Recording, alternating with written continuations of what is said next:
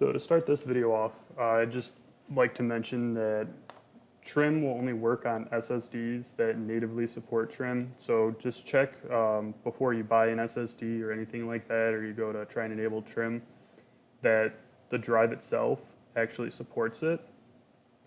Anyways, I'm just gonna kind of go over what trim is a little bit, and at the end I'll give some examples.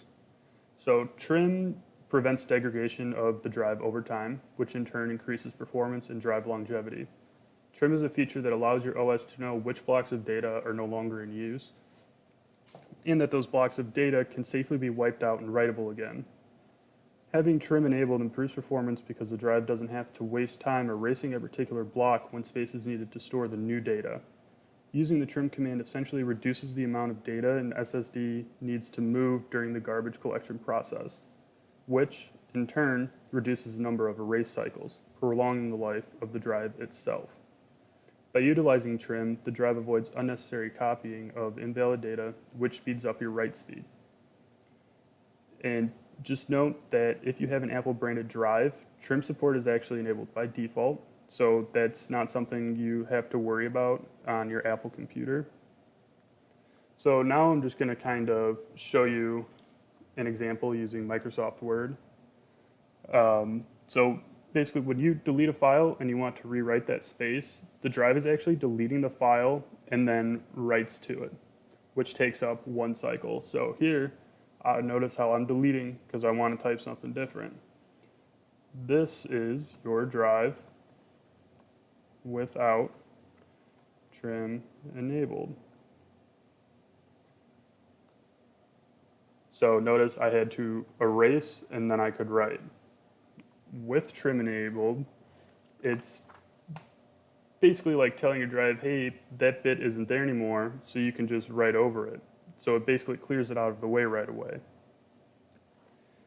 So it allows you to write the data without first removing it. So this is going to be another. So this is your computer with trim support enabled. Notice how I didn't have to erase first. I was just able to go right over the top of it. That's basically what trim is doing. It just writes over those unused blocks or bits without having to erase first, because it already knows they're not in use and it's invalid. So moving forward, we're gonna basically go through and I'm gonna show you guys how to enable trim support on an Apple computer and how to check if it's enabled in the first place.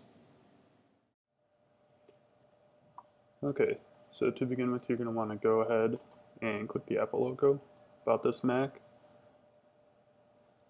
System Report,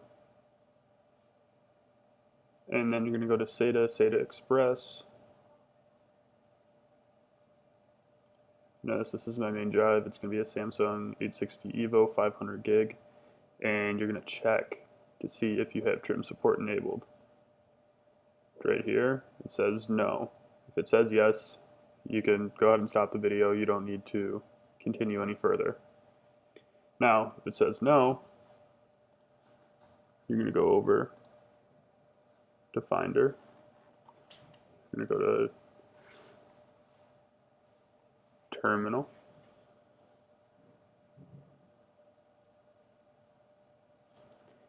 And you're going to type this. It's going to be sudo trimforce is one word, enable. Then you're going to hit enter. It's going to request your password. So you type your password in. You're not going to see anything. That's completely normal. So after you type your password, you just hit enter.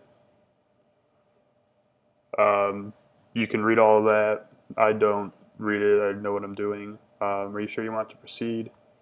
Yes. The system will immediately reboot when this is complete. So you're going to do yes again. However, I'm going to do it, and I'm going to cut the video right here just because it's going to restart. So I will see you guys as soon as I'm rebooted.